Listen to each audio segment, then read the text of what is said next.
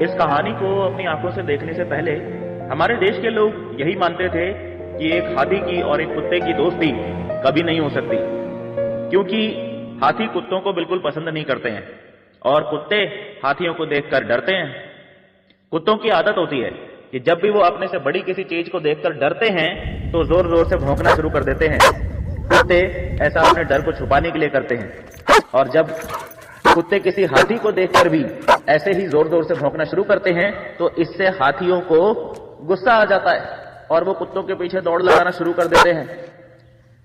कुछ देर तक तो हाथी बिल्कुल भी रिएक्ट नहीं करते हैं, लेकिन जब कुत्ते लगातार भौंकते रहते हैं तो हाथी ज्यादा देर तक खुद को शांत नहीं रख पाते।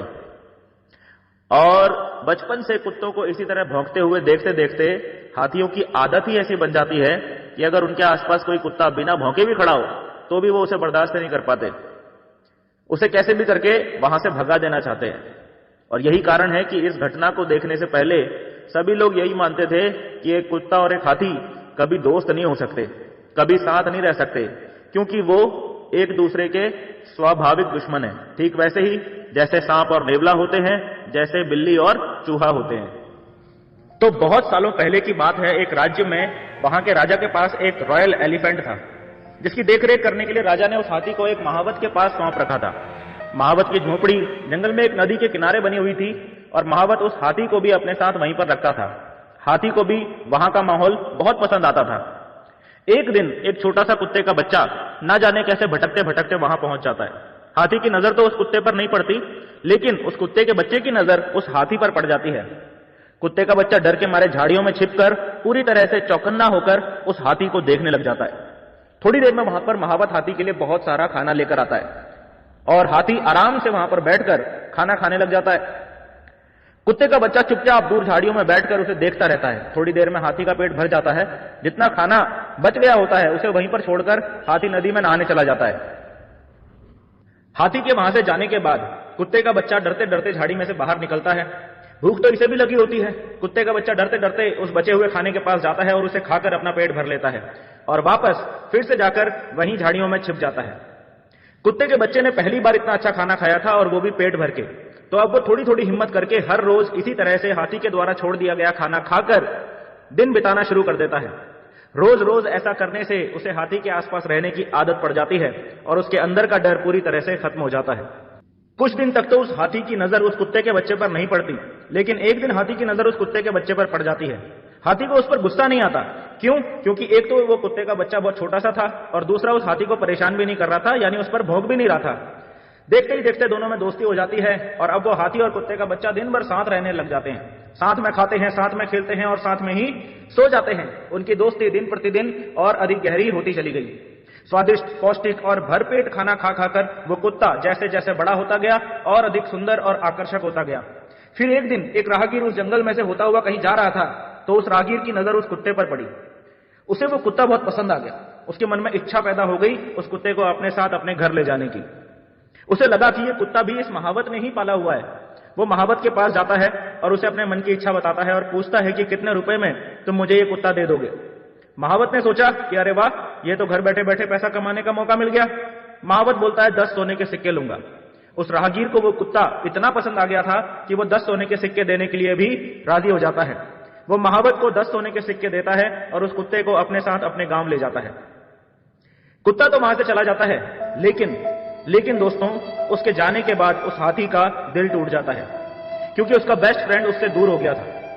उसका किसी भी चीज में मन नहीं लगता, ना कुछ खाता है, ना कुछ पीता है और ना ही अपनी जगह से खड़ा होता है। बस बैठा बैठा अपने दोस्त की याद में रोता रहता है, रोता रहता है, रोता रहता है।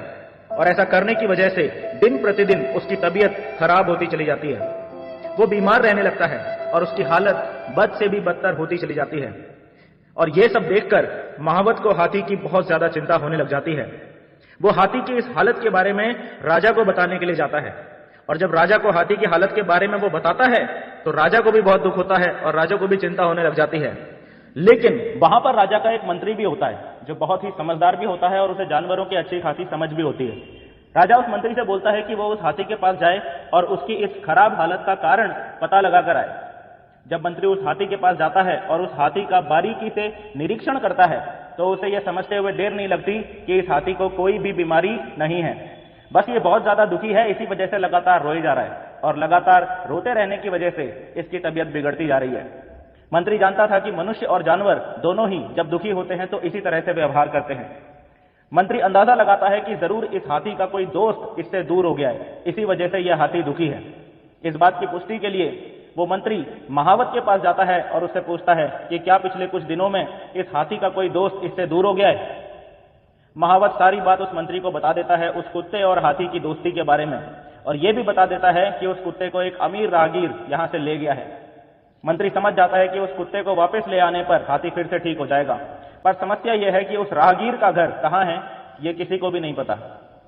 मंत्री राजा के पास जाकर पूरा माजरा उसे बता देता है और राजा को सलाह देता है कि वो पूरे राज्य में और आसपास के इलाके में ये ऐलान करवा दे कि उस हाथी के साथ में खेलने वाला वो कुत्ता भी राजा का ही है, और वो जिसके भी पास होगा यदि उसने उस कुत्ते को वापस ना किया तो उसे सजा दी जाएगी। ये बात फैलते फैलते उस अजनबी राहगीर तक पहुंची जो उस कुत्ते को अपने साथ ले गया था, तो उसने तुरंत ही उस कुत्ते को आजाद कर दिया। वो कुत्ता खुशी और उत्साह से भर गया और जितनी तेजी से हो सकता था उतनी तेजी से उसने वहां से दौड़ लगा दी, और तब तक दौड़ता रहा जब तक वो सीधा वापस अपने दोस्त हाथी के पास नहीं पहुंच गया। कुत्ते को अपने सामने देखते ही उस हाथी की खुशी का कोई ठिकाना ही नहीं रहा। उसने उसी वक्त उस कुत्ते को अपनी सूंड से उठा लिया और उसे अपने सर पर बैठा लिया। कुत्ता खुश होकर जोर जोर से अपनी पूंछ हिलाने लगा और हाथी की आंखों में एक बार फिर से खुशी की चमक दिखने लगी, और उसके बाद वो दोनों जिंदगी भर साथ रहे। हाथी की हालत में सुधार आता हुआ देखकर राजा भी बहुत खुश हुआ। उसे अपने मंत्री की प्रतिभा पर भी बहुत आश्चर्य हुआ कि वो एक जानवर तक का दिमाग भी पढ़ सकता था। इस वजह से उसने अपने मंत्री को भी इनाम दिया। दोस्तों, आप जिंदगी की तरफ देखो, अपनी जिंदगी की तरफ देखो दोस्तों। स्वाभाविक शत्रु भी सच्चे मित्र बन सकते हैं, तो जितना हो सके अपने जीवन में दोस्तों को बढ़ाइए और जितना हो सके अपने शत्रुओं को कम कीजिए।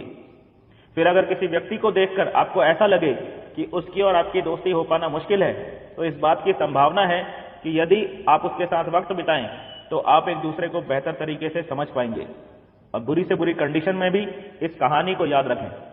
दोस्तों, ये था मोटिवेशन बूस्टर एपिसोड 6। इसे देखने के लिए आपका बहुत बहुत शुक्रिया।